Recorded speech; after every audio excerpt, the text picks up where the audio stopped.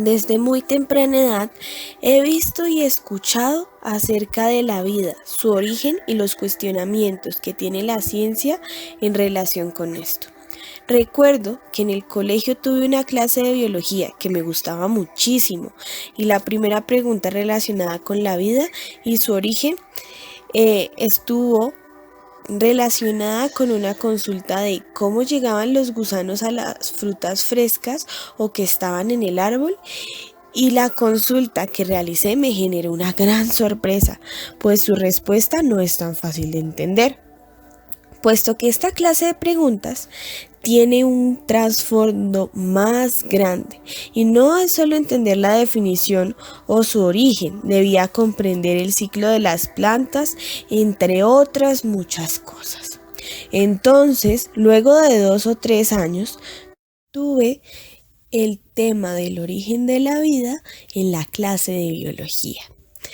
En esta clase me mostraron un video de la fábrica de la vida e hicieron una analogía de los procesos que implica la vida, explicando un poco de este concepto, pero lo realmente interesante de este fue su final, pues decía que aún no existía la certeza de cuál es el real origen de la vida, puesto que aunque hay muchas teorías, también existen demasiadas dudas en relación con este tema. Y en ese momento pensé que podía llegar a ser la científica que respondiera ese tipo de cuestionamientos. Por esta razón, hoy estoy aquí contándote mi historia y con una serie de podcasts que nos ayudarán a entender un poco del origen de la vida. Y por eso es importante reconocer y comenzar reconociendo qué se entiende por vida. Pues si buscas en Google qué es la vida, las primeras definiciones serán propiedad o cualidad esencial de los seres vivos, plantas o animales, por lo cual evolucionan, se adaptan al medio, se desarrollan y se reproducen. Y la segunda definición dice que es la existencia de seres que tienen esta propiedad. Ahora, es importante hablar de la segunda definición, que en mi opinión no dice mucho o prácticamente nada en relación con la pregunta que tengo. Y el primer significado me deja muchas dudas, pues solamente las plantas o los animales presentan vida. ¿Qué pasa con los microorganismos, hongos y demás seres vivos? ¿O es que acaso no son organismos vivos? También me pregunto, ¿todo el tiempo los organismos evolucionan y se adaptan al medio física y biológicamente? ¿O si yo no tengo hijos dejo de ser un ser vivo? Por lo cual creo que estas definiciones en realidad no tienen una respuesta concreta a mi pregunta.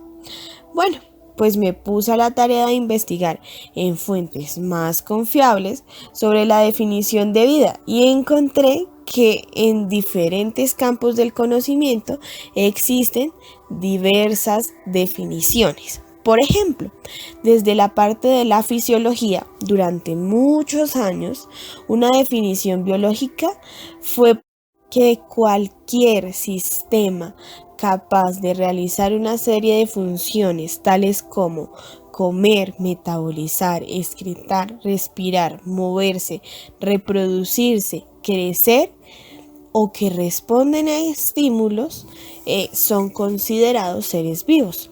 Pero muchas de estas propiedades están presentes en máquinas que nadie está dispuesto a llamar como ser vivo, o algunas de ellas están ausentes en organismos que como seres humanos reconocemos que tienen vida.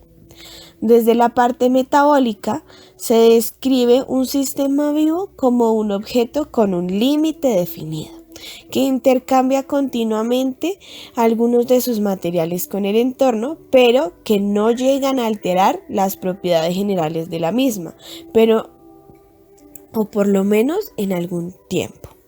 Pero también existen aquellos parásitos o algunos organismos parásitos, hongos o demás microorganismos, y ellos los llamamos o determinamos que son seres vivos.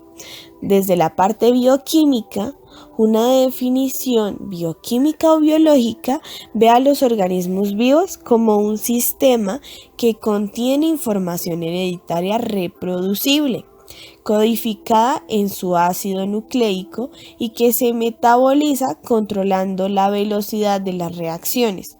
Y para eso utiliza catalizadores proteicos que nosotros conocemos como enzimas. Desde la parte genética, la vida es un sistema capaz de evolucionar por selección natural. Esta definición pone gran énfasis en la importancia de la replicación, pero de nuevo, algunos organismos, muchos híbridos por ejemplo, no se replican en lo absoluto, pero sus células individuales sí. También es cierto que la vida definida de esta manera no excluye la duplicación genética, que es aquella que se genera o se muta en los laboratorios. Bueno, con todo esto podemos reconocer una serie de definiciones o características que tiene un ser vivo, y en comparación con los primeros conceptos podemos notar que existe una gran diferencia y que no es tan fácil simplificar este término, pues no existe un concepto general de la vida. Y cuando queremos encontrar el origen de algún tema de investigación, es importante saber todas las posturas que existen con respecto a este tema, y por esta razón nuestro primer podcast está dedicado a reconocer qué es la vida o qué entendemos por vida, porque a veces se habla mucho de sus orígenes y de diversas teorías, o también hablamos de las condiciones necesarias para que existan organismos vivos. Pero el concepto clave o central no lo entendemos o nos dejamos confundir con tantas definiciones o controversias que podemos encontrar. Por esta razón, te espero en los próximos podcasts para que hablemos un poco de las primeras teorías y los primeros científicos que hablaron acerca del origen de la vida y cómo ellos entendían la vida. Agradecemos a Mara por este aporte tan interesante. Esperamos que hayan aprendido.